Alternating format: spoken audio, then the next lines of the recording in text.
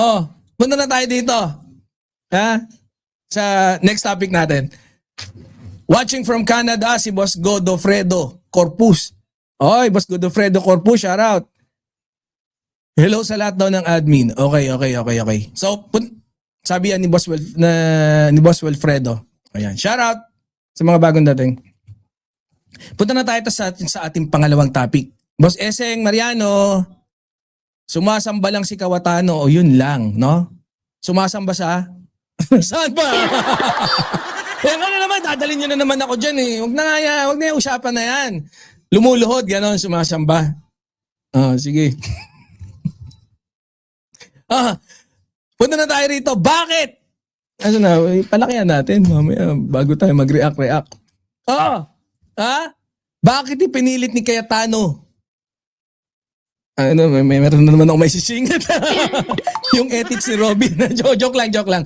Bakit ipinilit ni Cayetano na siya pa rin ang Senate President? Kapal ng mukha, ang tigas. No? Mas matigas pa sa buhok ni Marcoleta. No? Hindi ba yung buhok ni Marcoleta? Pag kahit gumagalaw, hindi gumagalaw eh. Diba? Walang bounce. Senate leadership dispute. Legal position o political strategy? Estratehiya lang ba yan? Mama mo. Ang issue dito, no? Dito sa ating topic ngayon, hindi tungkol sa kung sino ang tatawag ng sesyon o pipirma ng dokumento. Mas malaking issue ay yung sino ba talaga, no? Yung may legal authority na mamuno sa Senado habang paparating na yung impeachment ni Sara Duterte.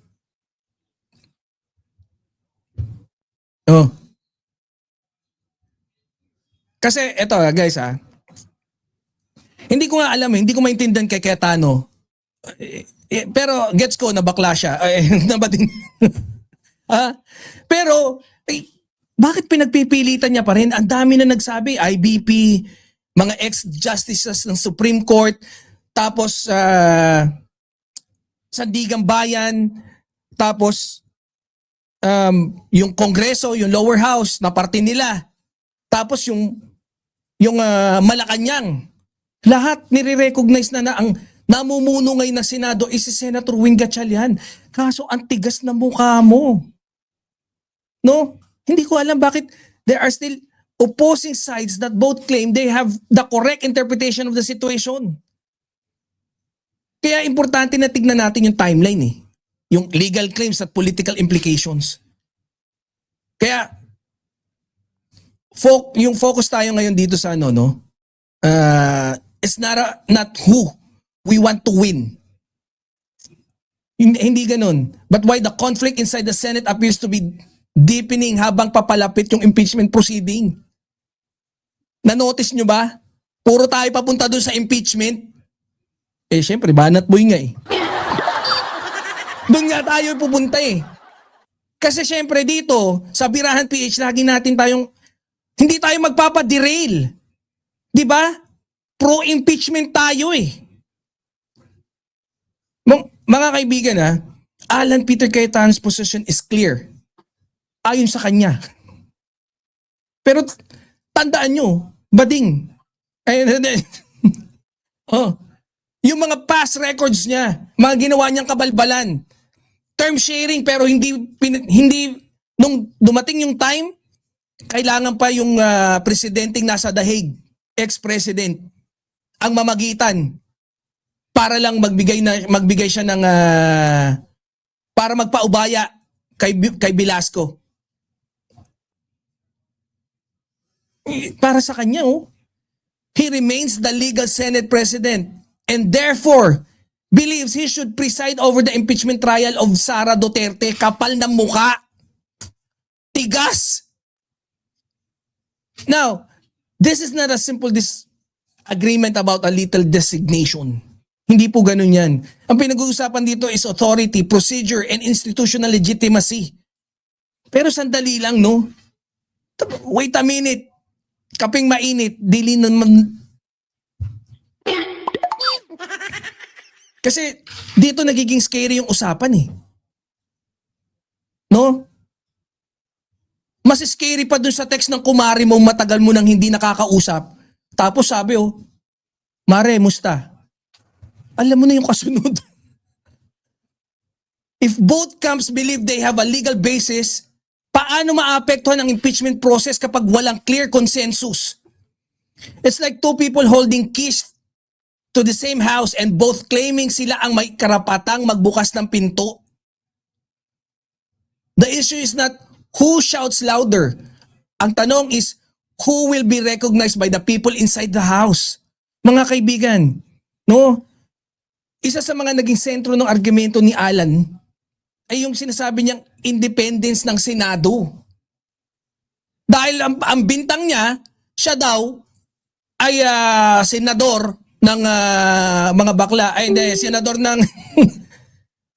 siya daw yung talagang Senate President. Sila yung Senado ng Pilipinas at Senado daw, si Juan Gatchalian, Senate President ng Malacanang. Talaga lang, kapal. Ang ipinaglalaban daw niya, not only his position but also his belief that the Senate should remain independent. Sino ba nagsabing hindi independent? Teka muna, Alan Panot Cayetano. Yung statement like this, mahalagang tingnan not only the words but also the context of why they are being said at this particular moment. Dito maraming mapapatanong No? Bakit ang taas ng confidence ni Robin Padilla ay lit ng titi niya? Hindi, iba pala yun. Ibang confidence yun. Ibang tanong pala yun. Why does the conflict appear to be intensifying habang papalapit ang impeachment trial? Diba? It's like yung two lawyers who are both confident in their arguments bago magsimula ang isang major case. As the hearing approaches, mas lalong umiinit ang debate over who is correct. Di ba ganun? Mga birador may isa pang mahalagang detalye na hindi dapat baliwalain. On the other side, some argue that the leadership issue should be resolved within the Senate itself through internal process and existing rules.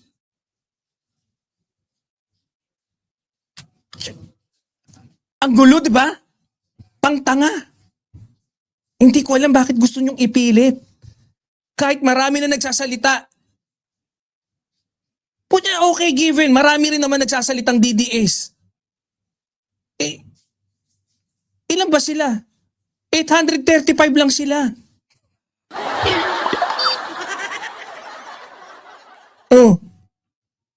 Pero may napansin ba kayo? Have you noticed something? The leadership debate itself is becoming part of a broader discussion na pinaliligiran yung impeachment process.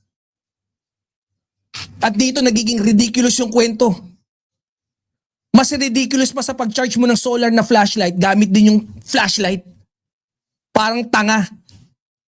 Instead of talking only about impeachment, the attention is also shifting toward the question of who truly has the authority to lead.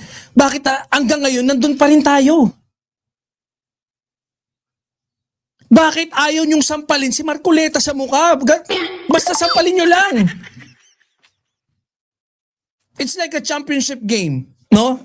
That hasn't started yet. Pero ang pinag-uusapan ng lahat is who the real referee is. Kung sino ang tunay na referee doon sa 28 na tao na may pito, naka-uniformong referee sa court, tapos astang referee. Putya, napuno na yung court ng referee, sino ron? And when that happens, the focus shifts away from the game itself. At this point, mga tropa, mga friends, the most important question is not who is making the strongest statement. The more important question is how the leadership dispute can be resolved without affecting the credibility of the Senate and the impeachment process. Focus tayo sa ating adhikain, impeachment tayo. Dito lumalabas yung totoong issue When uncertainty about leadership continues, mas maraming question may arise about the process than about the case itself. Huwag nyo kaming ilihis. Hindi kami papayag. And the longer the debate continues, mas mahalaga magkaroon ng clear direction for everyone on board. Di ba? Kaya, ganyan ang gagawin nyo sa amin, i-derail nyo kami. Uutuin nyo kami na kailangan pag-usapan kung sino yung dapat mamuno. Uutuin nyo kami na dapat pag-usapan yung 18 mga kargador na 18. Na kesyo dapat pagka may, instead of impeachment ang pag-usapan na may dalawang senado ang Pilipinas. Di kami magpapalin lang dito, focus kami. Birador eh. 'Di ba? Hindi tayo magpapaloko sa mga taong to. Hindi tayo yung target audience nila. Most probably, target audience nila yung mga DDS din, na mga tatanga-tanga. 'Di ba? Kaya mga birador maybe, no? People may have different legal interpretations, political analysis, and personal opinions. Pero sa dulo, what matters most is preserving the integrity of the process and public trust doon sa institution. Dahil ano man ang maging resulta ng leadership dispute na wala naman dapat, paeklabo lang ni Alan Cayetano, ang magiging epekto nito sa Senado at sa impeachment proceedings ang tunay na babantayan ng buong bansa. Kasama nyo kami. Because whatever the outcome of the leadership dispute may be, its impact on the Senate and the impeachment proceeding will ultimately be what the nation watches most closely. Yan yung dapat nating panoorin.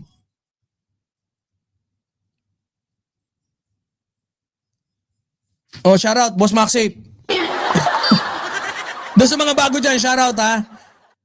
Oh, press 1 nga para at least medyo makapagpahinga muna ako. Di pa yun.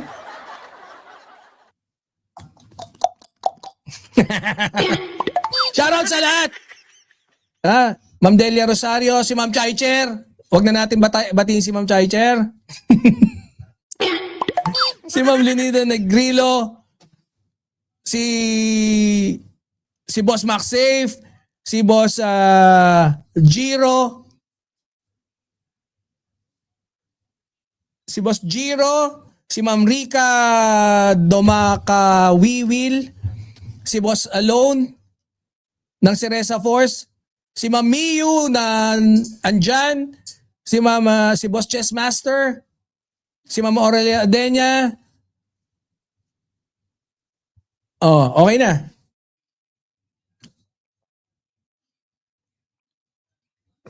Shout out po sa lahat. Oh, wag din, hindi kita babatiin. Hindi. Utos sa taas. Itumba si Ma'am Chaicher, wag babatiin. Wag babanggitin yung pangalang Chaicher na 2511 Ceresa Force. Bawal. Si Boss Ricardo, yan, watching from Pasay. Marami daw dyan Maganda raw ang bigayan dyan sa Pasay. Totoo ba?